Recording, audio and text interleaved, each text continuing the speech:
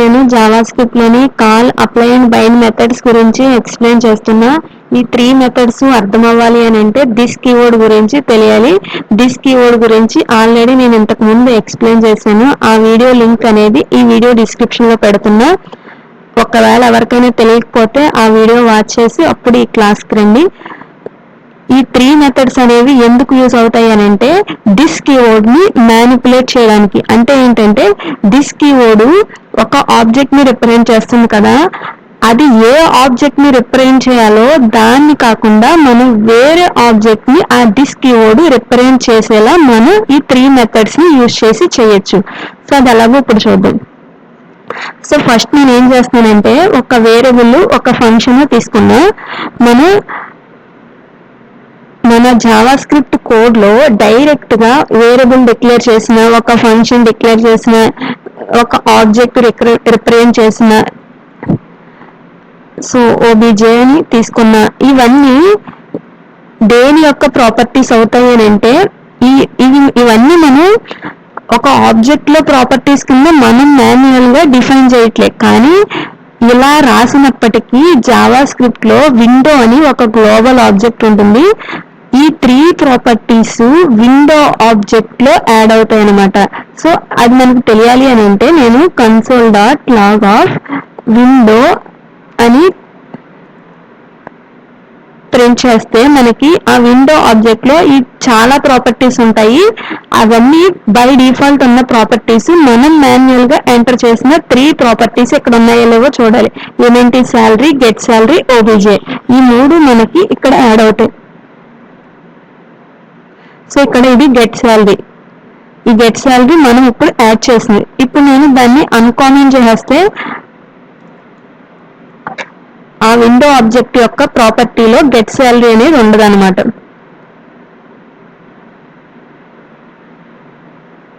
So ఇందాక మనకి ఇక్కడ గెట్ శాలరీ అనే మెథడ్ చూపించింది దీని యొక్క ప్రాపర్టీలో, కానీ ఇప్పుడు చూపించట్లే ఎందుకంటే మనం కామెంట్ చేసాం కాబట్టి.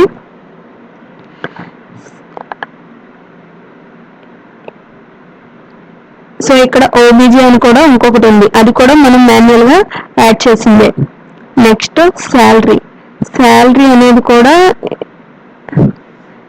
సో ఇది ఇక్కడ యాడ్ అయింది, ఇది శాలరీ. సో మనం విండో ఆబ్జెక్ట్ లో యాడ్ చేస్తున్నట్టు ఇవన్నీ మనం మాన్యువల్ గా ఒక ఆబ్జెక్ట్ లోపల రాయకపోయినా బ్రౌజర్ ఏం చేస్తుందంటే వీటిని విండో అనే ఆబ్జెక్ట్ లో యాడ్ చేస్తుంది అనమాట.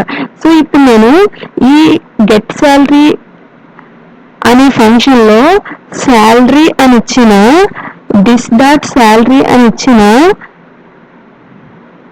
విండో డాట్ శాలరీ అని ఇచ్చిన ఆ 3 మనకి ఏం వాల్యూస్ ఇస్తాయి అని అంటే మనకి ఇది విండో ఆబ్జెక్ట్ లో ప్రాపర్టీ కదా ఈ శాలరీ అనేది. సో ఇక్కడ విండో డాట్ శాలరీ అన్నా, దిస్ డాట్ శాలరీ అన్నా, నార్మల్ గా శాలరీ ప్రింట్ చేసిన మనకి 3 సేమ్ వాల్యూస్ ని రిప్రజెంట్ చేస్తాయి. ఎందుకు అని అంటే మనకి బై డిఫాల్ట్ ఒక వేరియబుల్ నేమ్ ని ఎలా ఇచ్చిన జావా స్క్రిప్ట్ దాన్ని ఏమిని కన్వర్ట్ చేస్తుంది అని అంటే ఇక్కడ విండో డాట్ శాలరీ అనే దాన్ని కన్వర్ట్ చేస్తుంది అనమాట. మనం ఏమి రాయకపోయినా అది విండో అని ఆటోమేటిక్ గా యాడ్ చేసి కాల్ చేస్తున్నట్టు అనమాట. సో ఇప్పుడు నేను ఈ గెట్ శాలరీ అనే ఫంక్షన్ ని కాల్ చేస్తున్నా. సో ఇప్పుడు మనకి 3 సేమ్ వాల్యూస్ వచ్చినాయి. ఎందుకు? ఇక్కడ ఈ ఫంక్షన్ లో దిస్ అనే కీవర్డ్ విండో ఆబ్జెక్ట్ ని రిప్రజెంట్ చేస్తుంది. సో మనం శాలరీ అని ఇచ్చినా సరే జావా స్క్రిప్ట్ ఆటోమేటిక్ గా ఇక్కడ విండో అని యాడ్ చేసి ఈ ఫంక్షన్ ని కాల్ చేస్తుంది అనమాట. సో మనకి ఇక్కడ దిస్ కీవర్డ్ ఏం రిప్రజెంట్ చేస్తుంది? ఈ విండో ఆబ్జెక్ట్ యొక్క శాలరీ ప్రాపర్టీని రిప్రజెంట్ చేస్తుంది, శాలరీ విండో ఆబ్జెక్ట్ ని రిప్రజెంట్ చేస్తుంది. సో విండో డాట్ శాలరీ అంటే ఆ విండో ఆబ్జెక్ట్ లో శాలరీ అనే ప్రాపర్టీ వాల్యూ రిప్రజెంట్ చేస్తుంది అనమాట. సో ఇప్పుడు మన రిక్వైర్మెంట్ ఏంటి అని అంటే అక్కడ దిస్ ప్లేస్ లో మనకి వేరే ఆబ్జెక్ట్ యొక్క శాలరీ చూపించాలి అని అనుకుంటున్నా. సో ఇప్పుడు నేను ఎంప్లాయీ అనే ఒక ఆబ్జెక్ట్ ని క్రియేట్ చేస్తున్నా. సో ఆబ్జెక్ట్ ని క్రియేట్ చేయడానికి చాలా వేస్ ఉంటాయి. నేను ఈ ఆబ్జెక్ట్ లిటరల్ నోటేషన్ యూజ్ చేసి ఆబ్జెక్ట్ ని క్రియేట్ చేస్తున్నా. ఇక్కడ శాలరీ అనేది ఒక ప్రాపర్టీ, దీంట్లో నేను 30,000 పెడుతున్నా. ఇప్పుడు నేను ఈ ఫంక్షన్ లో ఈ గెట్ శాలరీ అనే ఫంక్షన్ లో దిస్ అనే కీవర్డ్ ఈ ఎంప్లాయీ శాలరీ పాయింట్అవుట్ చేసేలా చెయ్యాలి అని అంటే మనం ఈ 3 మెథడ్స్ లో ఏదో ఒకదాన్ని యూజ్ చేసి చేయొచ్చు అనమాట. సో అది ఎలానో చూద్దాం. ఫస్ట్ నార్మల్ గా ఆ ఫంక్షన్ ని కాల్ చేస్తున్నప్పుడు ఏమి ఇవ్వాలి, ఆ ఫంక్షన్ నేమ్ ఇస్తాం కదా, ఆ ఫంక్షన్ నేమ్ ఇచ్చి తర్వాత డాట్ కాల్ అనే ఒక మెథడ్ యూజ్ చేయాలి. ఆ కాల్ అనే మెథడ్ లో ఈ గెట్ శాలరీ అనే ఫంక్షన్ లో దిస్ కీవర్డ్ ఏ ఆబ్జెక్ట్ ని పాయింట్అవుట్ చేయాలో ఆ వాల్యూని ఇక్కడ కాల్ అనే మెథడ్ లో ఒక పారామీటర్ కింద ఇవ్వాలి. సో ఇక్కడ మనం ఫస్ట్ ఏదైతే ఇస్తామో ఈ గెట్ శాలరీ అనే ఫంక్షన్ లో దిస్ అనే కీవర్డ్ ఈ ఎంప్లాయీ ఆబ్జెక్ట్ ని రిప్రజెంట్ చేస్తున్నట్టు. సో ఇప్పుడు మనకి దిస్ డాట్ శాలరీ అంటే 30,000 ప్రింట్ అవుతుంది.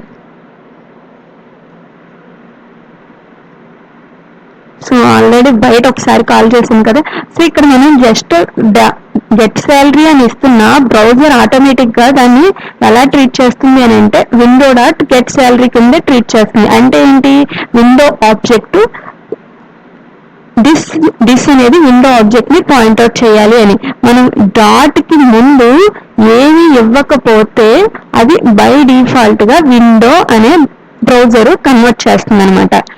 మనం గెట్ శాలరీ అని ఒక్కటే ఇస్తుంటే అలా తీసుకుంటుంది. ఒకవేళ అక్కడ విండో ఆబ్జెక్ట్ కాకుండా వేరే ఆబ్జెక్ట్ ని పాయింట్అవుట్ చెయ్యాలి అని అంటే దిస్ కీవర్డ్ మనం కాల్ కానీ అప్లై కానీ బైండ్ కానీ మెథడ్స్ ని యూజ్ చేసుకోవచ్చు. సో సింటాక్స్ ఎలా ఉంటుందంటే కాల్ మెథడ్ కి ఫస్ట్ మనం ఏ ఫంక్షన్ లో దిస్ కీవర్డ్ ని మ్యానిపులేట్ చేయాలి అని అనుకున్నాం అంటే దిస్ కీవర్డ్ ని మ్యానిపులేట్ చేయడం అంటే ఏంటి, దిస్ అనేది మనకి కావాల్సిన ఆబ్జెక్ట్ ని పాయింట్అవుట్ అయ్యేలా చేయడం అనమాట. సో ఏ ఫంక్షన్ లో మనకి అలా కావాలి అని అనుకున్నామో ఫస్ట్ ఆ ఫంక్షన్ నేమ్ అయితే రాయాలి. సో ఆ ఫంక్షన్ నేమ్ రాసిన తర్వాత కాల్ అనే డాట్ కాల్ అని ఇచ్చి ఈ కాల్ కూడా ఒక మెథడ్ అనమాట. ఈ కాల్ అనే మెథడ్ లో దిస్ కీవర్డ్ ఏ ఆబ్జెక్ట్ ని పాయింట్అవుట్ చేయాలో ఆ ఆబ్జెక్ట్ నేమ్ ఇక్కడ ఇవ్వాలి. సో ఇక్కడ నేను ఎంప్లాయీ అని ఇచ్చాను కాబట్టి ఆబ్జెక్ట్ నేమ్ ఈ గెట్ శాలరీ ఫంక్షన్ లో దిస్ అనే కీవర్డ్ ఈ ఎంప్లాయీ ఆబ్జెక్ట్ ని పాయింట్అవుట్ చేస్తుంది. సో దిస్ డాట్ శాలరీ అంటే మనకు ఇప్పుడు ఏమొస్తుంది, 30,000 వస్తుంది. ఇందాక ఎంత వచ్చింది, 20,000 వచ్చింది, కానీ ఇప్పుడు 30,000 వస్తుంది. ఎందుకంటే మనం మ్యానిపులేట్ చేస్తున్నాం. ఎలాగా, ఇక్కడ దిస్ అనేది ఈ ఫంక్షన్ లో దిస్ అనేది ఎంప్లాయీ ఆబ్జెక్ట్ ని మాత్రమే తీసుకోవాలి అని చెప్పి రాస్తున్నట్టు.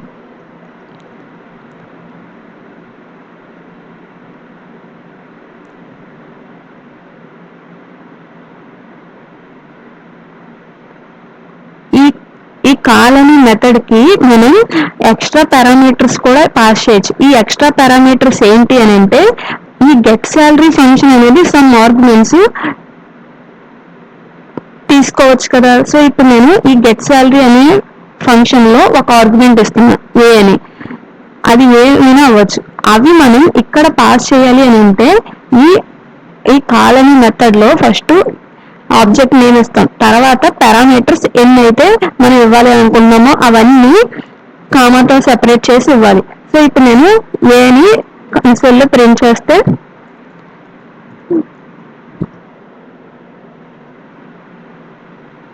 67 వచ్చింది. సో ఇక్కడ నేను ఇంకొక పారామీటర్ ఇస్తున్నా బి అని.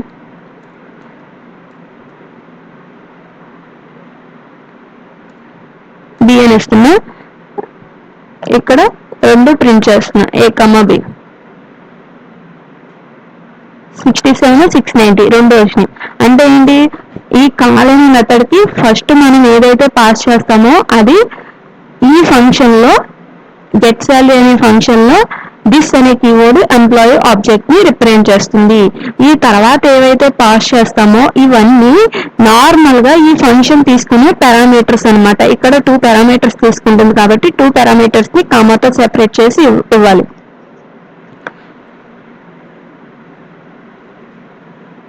సో ఇప్పుడు నేను ఎంప్లాయీ 2 తీసుకుంటున్నా,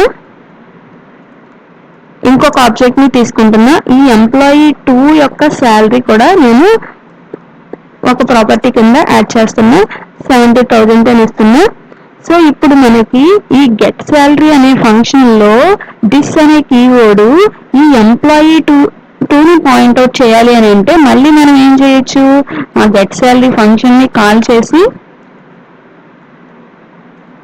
డాట్ కాల్ అనే మెథడ్ లో మనం ఎంప్లాయీ 2 అని ఇవ్వాలన్నమాట. మనం ఎక్స్ట్రా పారామీటర్స్ ఏ కావాలంటే అయ్యి నేను 56, 89 ఇస్తున్నా. సో ఇప్పుడు మనకి ఏమవుతుంది, ఇదేమో ఎంప్లాయీ 1 శాలరీ, ఇదేమో ఎంప్లాయీ 2 శాలరీ అనమాట. సో ఇది కాల్ మెథడ్ గురించి. ఈ కాల్ మెథడ్ అనేది ఎందుకు యూజ్ అవుతుంది అని అంటే దిస్ అనే కీవర్డ్ మనం ఏ ఆబ్జెక్ట్ ని పాయింట్అవుట్ చేయాలో మనం మెన్షన్ చేయడానికి ఈ కాల్ అనే మెథడ్ యూజ్ అవుతుంది. ఈ కాల్ అనే మెథడ్ లో మనం ఫస్ట్ పాస్ చేయాల్సింది ఏంటి అని అంటే ఒక ఆబ్జెక్ట్ నేమ్. ఈ ఆబ్జెక్ట్ ని ఈ ఫంక్షన్ లోపల దిస్ కీవర్డ్ పాయింట్అవుట్ చేస్తుంది. సో ఇప్పుడు నేను కాల్ గురించి చెప్పాను కదా, నెక్స్ట్ అప్లై. ఈ అప్లైకి కాల్కి ఒకే ఒక డిఫరెన్స్ ఉంది, అదేంటి అని అంటే ఈ గెట్, ఇది కూడా ఒక మెథడే. ఈ ఆబ్జెక్ట్ ఈ మెథడ్ లో కూడా ఫస్ట్ మనం ఏ ఆబ్జెక్ట్ ని పాయింట్అవుట్ చేయాలో దాన్ని ఇవ్వాలి. నెక్స్ట్ ఏంటి అని అంటే ఇప్పుడు నేను జస్ట్ 67 అని ఇస్తున్నా. సో ఇప్పుడు మనకి ఎర్రర్ కానీ అన్డిఫైన్ కానీ చూపిస్తుంది అనమాట. చూద్దాం.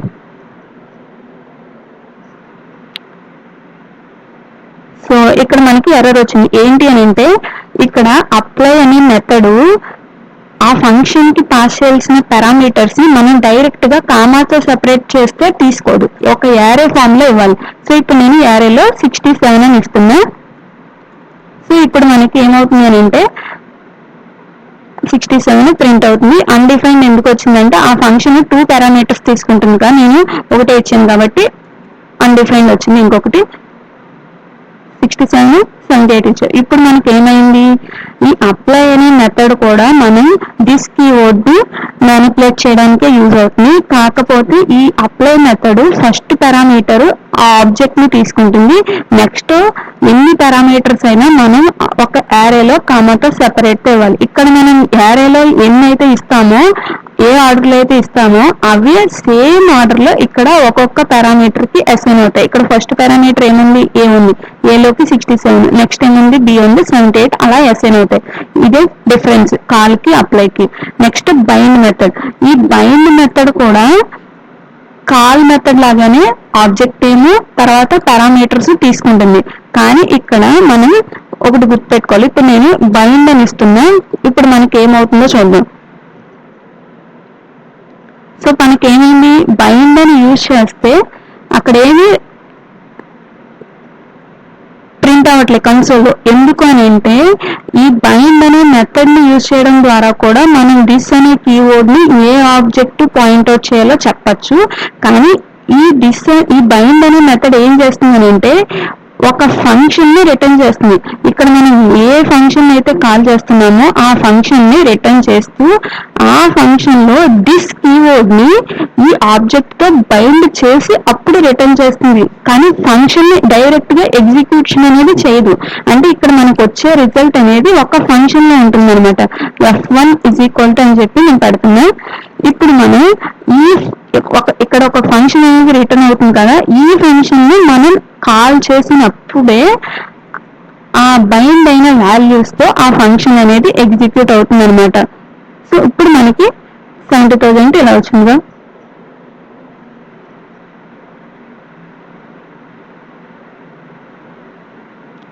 సో ఈ బైండ్ అనే మెథడ్ లో కూడా మనం పారామీటర్స్ యాజ్ ఇట్ ఈస్ ఇవ్వచ్చు అనమాట.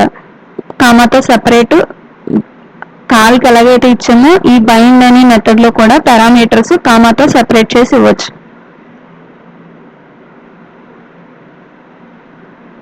సో ఈ కాలు, అప్లై, బైండ్ ఈ 3 మెథడ్స్ అనేవి మనకి దిస్ కీవర్డ్ ఏ ఆబ్జెక్ట్ ని పాయింట్అవుట్ చేయాలో మెన్షన్ చేయడానికి యూజ్ అవుతాయి అనమాట. సో ఇప్పుడు నేను సేమ్ 3 ఆబ్జెక్ట్స్ని తీసుకుంటున్నా. ఆ 3 ఆబ్జెక్ట్స్లో ఒకటేమో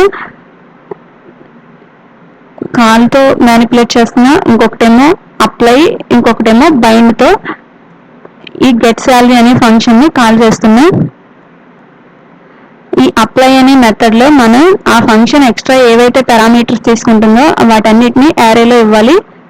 ఈ కాల్కి బైండ్కి డైరెక్ట్గా ఆబ్జెక్ట్ నేమ్ ఇచ్చి తర్వాత పారామీటర్స్ కామాతో సెపరేట్ చేసి ఇచ్చేయచ్చు. సో ఇప్పుడు మనకి ఎంప్లాయీ 1, ఎంప్లాయీ 2, ఎంప్లాయీ 3. సో మనం ఇక్కడ యూజ్ చేసిన ఫంక్షన్లోనే ఒకే ఫంక్షన్లోనే దిస్ అనే కీవర్డ్ మనకి ఒకసారేమో ఎంప్లాయీ 1 యొక్క శాలరీని ఇచ్చింది, ఇంకొకసారి ఏమో ఎంప్లాయీ 2ని పాయింట్ అవుట్ చేసింది, ఇంకొకసారి ఎంప్లాయీ 3ని పాయింట్ అవుట్ చేసింది. ఇది ఎలా అని అంటే మనం ఆ ఫంక్షన్ని కాల్ చేసేటప్పుడు డైరెక్ట్గా కాల్ చేయకుండా కాల్ అనే మెథడ్ని లేదా అప్లై అనే మెథడ్ని బైండ్ అనే మెథడ్ని యూజ్ చేసి ఈ 3 మెథడ్స్లో మనం ఏ ఆబ్జెక్ట్ని ఆ ఫంక్షన్లో దిస్ కీవర్డ్ పాయింట్ అవుట్ చేయాలో మనం స్పెసిఫై చేస్తున్నట్టు అనమాట. సో ఇప్పుడు నేను ఇవన్నీ జస్ట్ విండో ఆబ్జెక్ట్లో గెట్ శాలరీ అనే ఫంక్షన్లో ఇచ్చాను. సో ఇప్పుడు నేను మాన్యువల్గా ఒక ఆబ్జెక్ట్ని క్రియేట్ చేస్తున్నా.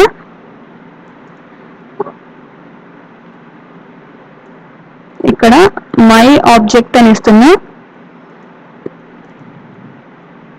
ఈ మై ఆబ్జెక్ట్ అనేది మనం క్రియేట్ చేస్తున్నాం. ఇంతకుముందు విండో ఆబ్జెక్ట్ అనేది మనం క్రియేట్ చేసింది కాదు, అది జావా స్క్రిప్ట్లో బై డిఫాల్ట్ ఉన్న గ్లోబల్ ఆబ్జెక్ట్. సో ఇప్పుడు నేను ఇక్కడ కూడా శాలరీ అని ఇస్తున్నా, ఇక్కడ 40,000 ఇస్తున్నా. సో ఆబ్జెక్ట్ అంటే ఏంటి, కీ వాల్యూ పేర్స్ ఉంటాయి కదా, సేమ్ ఇక్కడ మళ్ళీ గెట్ శాలరీ అనే ఫంక్షన్ని ఈ ఆబ్జెక్ట్లో క్రియేట్ చేస్తున్నా. సో ఇక్కడ నేను ఎనానిమస్ ఫంక్షన్ ఇస్తున్నా.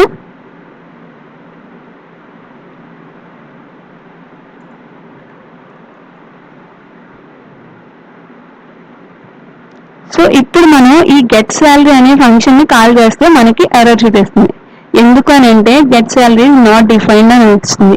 ఎందుకనంటే ఇప్పుడు మనం ఏం చేసాము, ఈ గెట్ శాలరీ అనే ఫంక్షన్ని ఒక ఆబ్జెక్ట్ లోపల మనం మాన్యువల్గా క్రియేట్ చేసాం.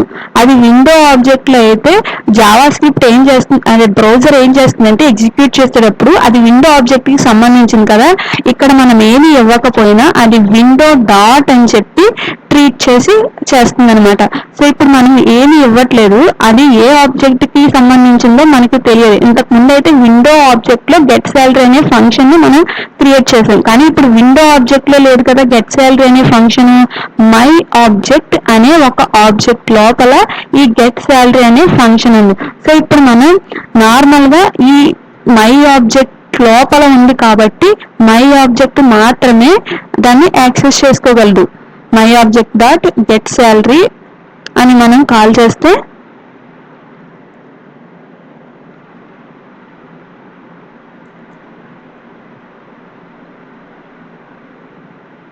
సో ఇప్పుడు మనకి ఏమొచ్చింది, 40,000 వచ్చింది. నెక్స్ట్ నేను ఈ పారామీటర్స్ ఏమి ఇవ్వలేదు, జస్ట్ నేను ఏదో ఒక 2 వాల్యూస్ ఇచ్చానంటే అది పారామీటర్స్ యాక్సెప్ట్ చేస్తుందని చెప్పడానికే. సో ఇప్పుడు మనకి ఏమైంది, ఈ గెట్ శాలరీ అనే ఫంక్షన్ ఒక ఆబ్జెక్ట్ లోపల ప్రాపర్టీ కింద డిఫైన్ చేసాం కాబట్టి నార్మల్గా ఈ ఆబ్జెక్ట్ ద్వారానే మనం ఈ ఫంక్షన్ని యాక్సెస్ చేసుకోగలము.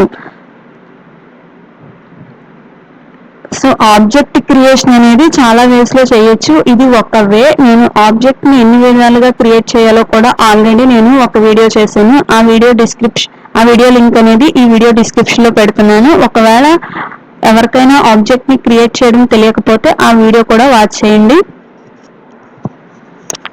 సో ఇప్పుడు మనం ఏం చేయాలి అని అంటే ఈ మై ఆబ్జెక్ట్ లోపల ఉన్న గెట్ శాలరీ అనే ఫంక్షన్ లోపల ఈ గెట్ శాలరీ అనే ఫంక్షన్ని యూజ్ చేసుకోవాలి. ఈ employee 1 object, employee 2 object, employee 3 object ఆ ఫంక్షన్ యూజ్ చేసుకోవాలి. ఆ ఫంక్షన్ లో దిస్ అనే కీవర్డ్ ఈ 3 ఆబ్జెక్ట్స్ లో మనకు కావాల్సిన ఆబ్జెక్ట్ ని పాయింట్అవుట్ చేయాలి అని అంటే మనం ఏం చేయాలి అని అంటే ఈ కాల్ కానీ అప్లై కానీ బైండ్ కానీ మెథడ్స్ ని యూజ్ చేయాలి. సో ఇప్పుడు నేను నార్మల్ గా మనం ఏం చేయాలి, ఆ మై ఓబీజే అనే ఆబ్జెక్ట్ కి సంబంధించింది కదా మెథడ్ అనేది. అప్పుడు మనం ఏం చేయాలి, my OBJ my object dot అని చెప్పి గెట్ శాలరీ అని ఇవ్వాలి. ఇక్కడ కూడా my object dot get salary అని ఇవ్వాలి.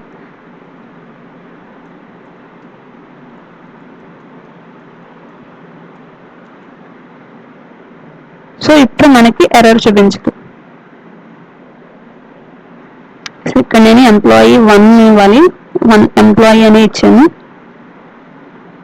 సో ఇప్పుడు మనకి ఏమైంది, ఫస్ట్ నార్మల్ గా మై ఓబీజే ఆబ్జెక్ట్ ఉంది కదా దానికి సంబంధించిన డీటెయిల్స్ వచ్చినాయి. నెక్స్ట్ ఎంప్లాయీ 1 కి సంబంధించింది, నెక్స్ట్ ఎంప్లాయీ 2, నెక్స్ట్ ఎంప్లాయీ 3.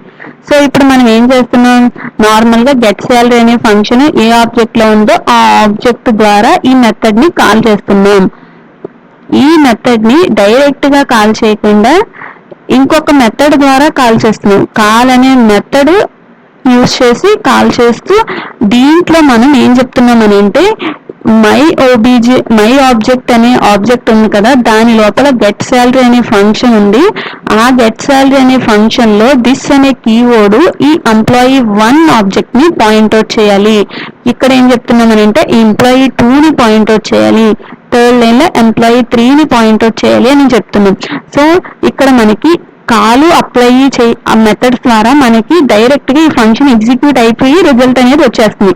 కానీ ఈ బైండ్ అనే మెథడ్ ఏం చేస్తుంది అని అంటే ఎగ్జిక్యూట్ అవ్వదు, కానీ ఈ మై ఆబ్జెక్ట్ లోని గెట్ శాలరీ ఫంక్షన్ లో దిస్ అనే కీవర్డ్ ఈ ఎంప్లాయీ 3 తో బైండ్ చేస్తుంది. అంటే ఇక్కడ దిస్ ప్లేస్ లో ఎంప్లాయీ 3 యొక్క ఆబ్జెక్ట్ ని పాయింట్అవుట్ చేసి ఒక ఫంక్షన్ ఆ ఫంక్షన్ ని రిటర్న్ చేస్తుంది అనమాట. సో మనం ఆ ఫంక్షన్ ని రిటర్న్ చేస్తుంది కానీ దాన్ని ఎగ్జిక్యూషన్ చేయట్లేదు. అది ఎందుకు అని అంటే ఇప్పుడు మనకి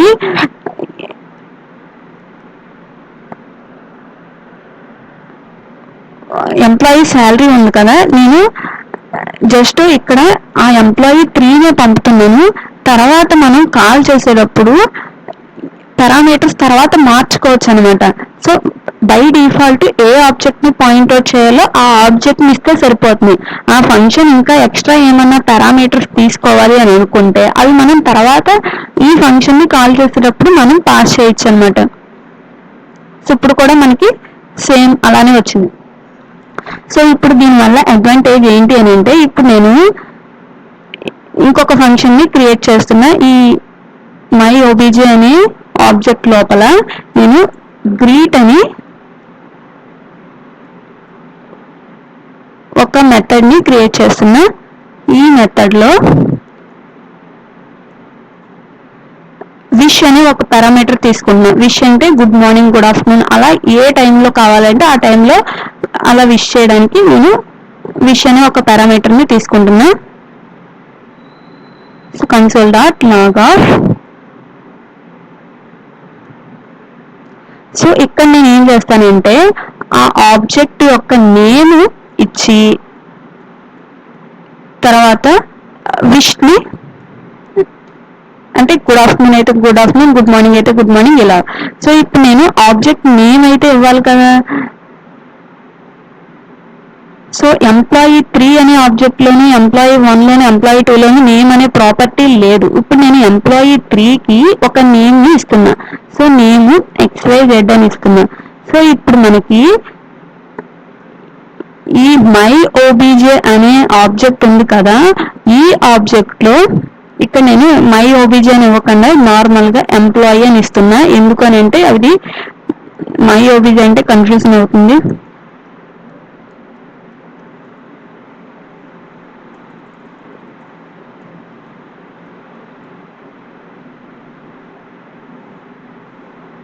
సో ఇక్కడ కూడా ఎంప్లాయీ అని ఇస్తున్నా.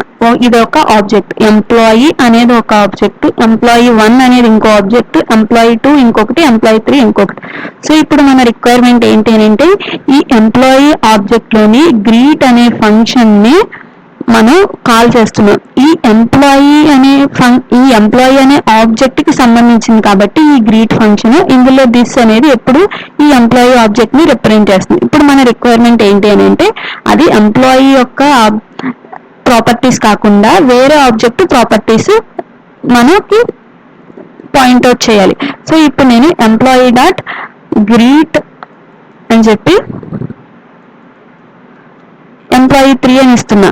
సో ఈ ఎంప్లాయీ ఆబ్జెక్ట్ లో గ్రీట్ అనే ఫంక్షన్ లో దిస్ కీవర్డ్ ని ఎంప్లాయీ 3 తో బైండ్ చేయమని చెప్తున్నట్టు. సో ఈ బైండ్ అనే మెథడ్ ఏం చేస్తుందని అంటే ఈ గ్రీట్ అనే ఫంక్షన్ లో దిస్ కీవర్డ్ ఎంప్లాయీ 3 తో బైండ్ చేసి దాన్ని రిటర్న్ చేస్తుంది.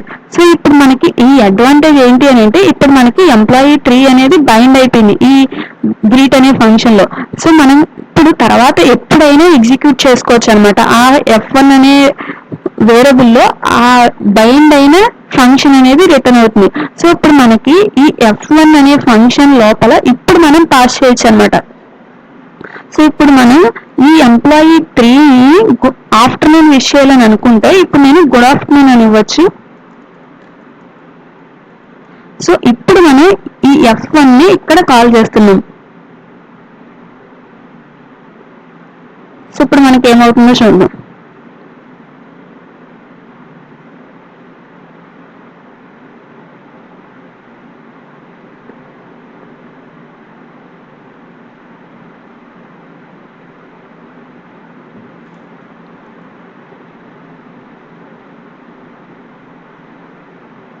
సో XYZ గుడ్ ఆఫ్టర్నూన్ అని వచ్చింది. సో ఇప్పుడు నేను తర్వాత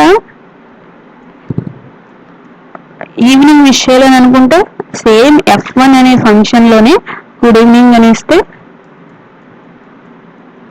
సేమ్ మళ్ళీ తర్వాత గుడ్ ఈవినింగ్ అని వచ్చింది. ఇప్పుడు మనకి ఏమైంది ఈ ఫంక్షన్ ని మనం ఎన్నిసార్లు కాల్ చేసినా ఆ ఫంక్షన్ అనేది గ్రీట్ ఫంక్షనే, కాకపోతే అందులో దిస్ అనేది మనం ఆల్రెడీ ఫిక్స్ చేసేసాం. తర్వాత అది తీసుకునే పారామీటర్స్ మనం ఎప్పుడు కావాలంటే అప్పుడు మోడిఫై చేసుకుని ఇవ్వడం ద్వారా మనం డిఫరెంట్ ప్లేసెస్ లో మనం సేమ్ ఫంక్షన్ ని అది యూజ్ చేసే పారామీటర్స్ మనం మార్చి తర్వాత ఎన్నిసార్లు అయినా కాల్ చేసుకోవచ్చు. సో ఇప్పుడు నేను ఆ F1 అనే వేరియబుల్లో ఏ ఉందో కూడా ప్రింట్ చేస్తున్నా. ఈ F1 లో ఒక ఫంక్షన్ అనేది ఉంటుంది. సో ఆ F1 ని ప్రింట్ చేస్తే మనకి ఆ ఫంక్షన్ రిటర్న్ అవుతుంది అనమాట. So this dot name wish అని వచ్చింది. ఇక్కడ దిస్ డాట్ నేమ్ అని వచ్చింది కానీ బ్రౌజర్ కి అర్థమవుతుంది. అదేం అర్థమవుతుంది, ఈ F1 అనే ఫంక్షన్ లో దిస్ అనే కీవర్డ్ ఎంప్లాయీ 3 ని పాయింట్అవుట్ చేయాలి అని దాని మీనింగ్ అనమాట. సో ఇది call, apply and bind methods గురించి. Thank you.